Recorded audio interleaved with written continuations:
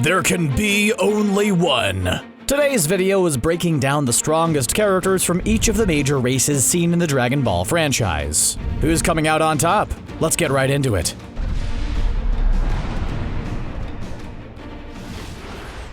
Sorry Goku, even though you're the star of the show, you're not the strongest Saiyan. That honor belongs to the legendary Super Saiyan Broly, whose power is probably strong enough to open that one difficult jar of pickles that you haven't been able to twist off for a while. Yeah, the guy's that strong. The legendary Super Saiyan is a being of immense power who only appears once every 1,000 years. And that should be some sort of sign. Anytime in pop culture that something only appears once every 1,000 years, you just know that thing is going to be incredibly powerful. But yeah, Broly is the strongest Saiyan around, and it's not even close. Like, if you look at all the things Broly's able to do, there's just no denying that he is leagues ahead of any other Saiyan. He's shattered dimensions by going toe-to-toe with Gogeta, can retain his powered-up state for a lot longer than Goku generally can, and has even survived the Soul Punisher technique, which is supposed to disintegrate an enemy from the inside. Even with all of this, you could argue that Broly hasn't even reached his full potential yet, which is a terrifying thought. As the franchise has grown and evolved, one thing has become abundantly clear. Humans are pretty weak. And sure, to be fair, every human fighter we've seen in Dragon Ball could probably whip yours and mine's combined butt without so much as lifting a finger, but I'm just saying in the grand scheme of things, the human fighters have been left in the dust as we're introduced to more and more alien species. But despite that, there's got to be a strongest human, right? And taking everything into consideration, that honor goes to Krillin. He's just proven time and time again that he can overcome a lot of challenges thrown at him, and even though he's weak compared to some other races, he's still a serious threat to almost anyone who gets in his way. Now, when the show first started, it seemed like Krillin was just as capable as becoming a fearsome warrior like anyone else. But then he started kicking the bucket with more and more frequency that it became somewhat comical. First by Tambourine, then Frieza, then Boo, then Android 17. Well, 17's kind of weird because, you know, GT and all that. Regardless, even though we all love Krillin and he's still the strongest human, that might not be worth celebrating. I'm dangerously close to coming up with my own name for Frieza's race because to go this long and not know their actual name just blows my mind. But it shouldn't be surprising that the strongest member of what we like to call Frieza's race is Frieza himself. Everything we've learned about Frieza and the rest of his people prove that the mysterious white lizard-looking creature is the strongest among his people and his family line. Early on in Dragon Ball's run, it's clear that Frieza was scary powerful, but it was hard to gauge just how strong the villain was. Then we learned that he'd been coasting a little bit on his strength without much training, which is scary to think about. Like, if he was already a threat to Goku without any actual practice, then what would happen if he set his mind to becoming stronger? Well, this of course was answered when Frieza was able to train long and hard enough to unlock his own type of transformation for his race, which he lovingly called Golden Frieza. So maybe this will someday change once we know more about his people, but for now, Frieza can rest comfortably at the top of his race's rankings. I wish I could just build a bunch of androids in my garage and have them be some of the most powerful beings in the universe, but somehow I don't think a broken blender wrapped in aluminum foil is really gonna cut it, you know? My little creation unfortunately wouldn't hold a candle to most of the androids in Dragon Ball, which have proven to be insanely strong over the years. And the absolute strongest android of them all? It's Super 17. Maybe not canonically, but still. The origins of this android are just nuts. Dr. Gero and Dr. Mew came up with the idea for this android while hanging out in the one place you probably don't want to hang out in, but the end result was terrifying. They created a duplicate of Android 17, and then had the brilliant idea to fuse him with the original Android 17 on Earth, creating Super 17. Now take all this with a big ol' grain of salt because it comes from Dragon Ball GT, but this Super 17 was able to fight Super Saiyan 4 Goku. Anything that can do that is definitely worth watching out for. But now I'm inspired to build my own android. Quick, to the garage!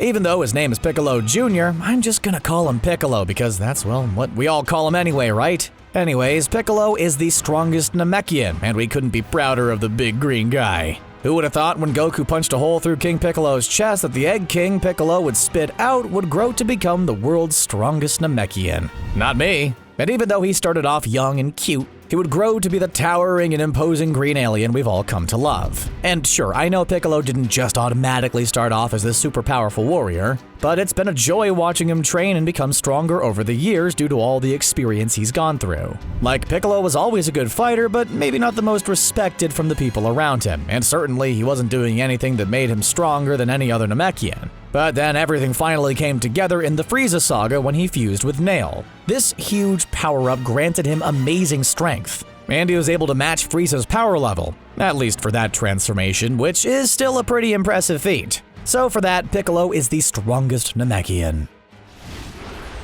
Come forth, divine dragon, and grant my wish, peas and carrots. Oh, don't mind me, I'm just summoning Super Shenron, aka the strongest and most powerful dragon of them all. Just looking at all the other dragons of the franchise, it's clear that Super Shenron is in a complete league of his own. He's a big boy, larger than a cluster of galaxies if you can imagine, and his powers vastly exceed that of any other creature. Like, you know how the Earth version of Shenron has limitations when it comes to wishes? Well, Super Shenron's got no limits, and he can grant you anything you desire. So if you really want that trumpet-playing golden retriever and aren't sure if Shenron can grant it, then it's better to go to Super Shenron instead. We don't know how strong Super Shenron actually is, but given his sheer size and magical abilities, I'm gonna go ahead and say that you do not want to fight this dragon. He could beat you up and destroy you without intentionally doing it, and he would never know the difference. One time when he was summoned, he swallowed a whole planet. He's not only the strongest dragon, but he's also one of the strongest beings ever.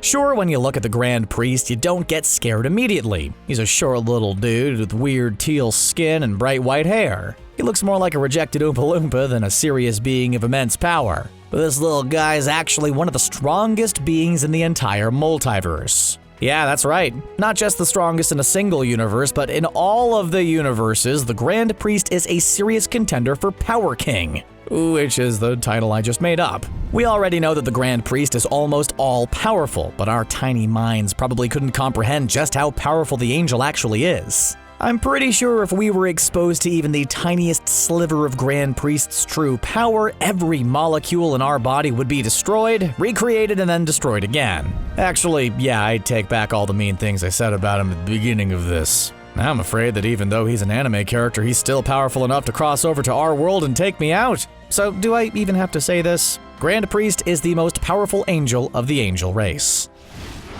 Demons are just a pain, right? You're just out trying to have a perfectly normal day when all of a sudden a super powerful demon shows up out of nowhere and starts wreaking havoc. So yeah, throughout the Dragon Ball franchise, there have been a lot of troublesome demons, but the most powerful member of the demon race is Mechikabura, aka the Demon King. Now, at first, the Demon King is nothing special. He's just an old wrinkly demon. But after crossing paths with the Dark Dragon Balls, he's able to regain his youth and cause a lot of trouble for our heroes. And even though they tried to throw him into the time labyrinth, he was able to escape and become even stronger. On top of being super duper strong, he's also got one of the best capes in all of Dragon Ball, which sure shouldn't be a deciding factor in determining the strongest being of each race, but I'm just saying, the cape leaves an impression. No other demon has posed as much of a threat as this guy has, and his abilities, like his perfect state as well as being able to take on the time power unleashed state, definitely makes him the top demon, regardless if he's canon or not.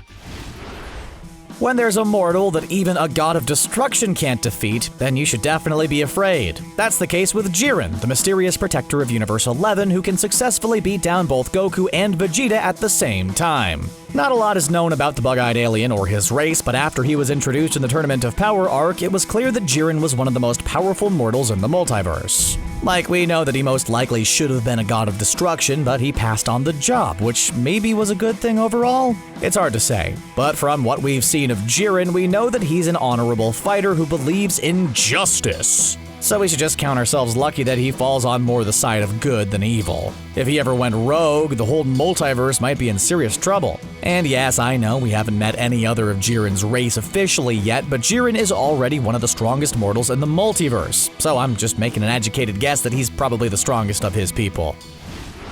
I think the core people are a little strange. They're the true race all Kai and the Supreme Kai come from before being given their respective roles. Their origins are a little funny as they're born from magical fruits. which isn't really important to the point I'm making, but thought that you'd all like to know it. The strongest of the core people is the Grand Supreme Kai, who, as the name suggests, is the highest of all Supreme Kais that actually ruled over the entire Universe 7 before the series officially started. Like, even though he's a peace-loving food junkie, he's still incredibly powerful. Millions of years ago, he had to give up a lot of his godly power to seal away the evil Moro's magic, which caused some serious problems for him later. When Majin Buu came a-knockin', it wasn't long before Buu absorbed the Grand Supreme Kai and took on his general shape and size. It was a shame because I feel like if it was any other villain besides Buu and the Grand Supreme Kai was working at full power, things would have been really different. On the plus side, his general presence within Buu made him less dangerous to our heroes, for a time, which was helpful. I still can't get over how powerful something like Super Shenron actually is. What about you guys? Who do you think is the strongest overall Dragon Ball character? Let us know in the comments, and don't forget to hit that old subscribe button for more awesome Dragon Ball content. As always, thanks a whole bunch for watching.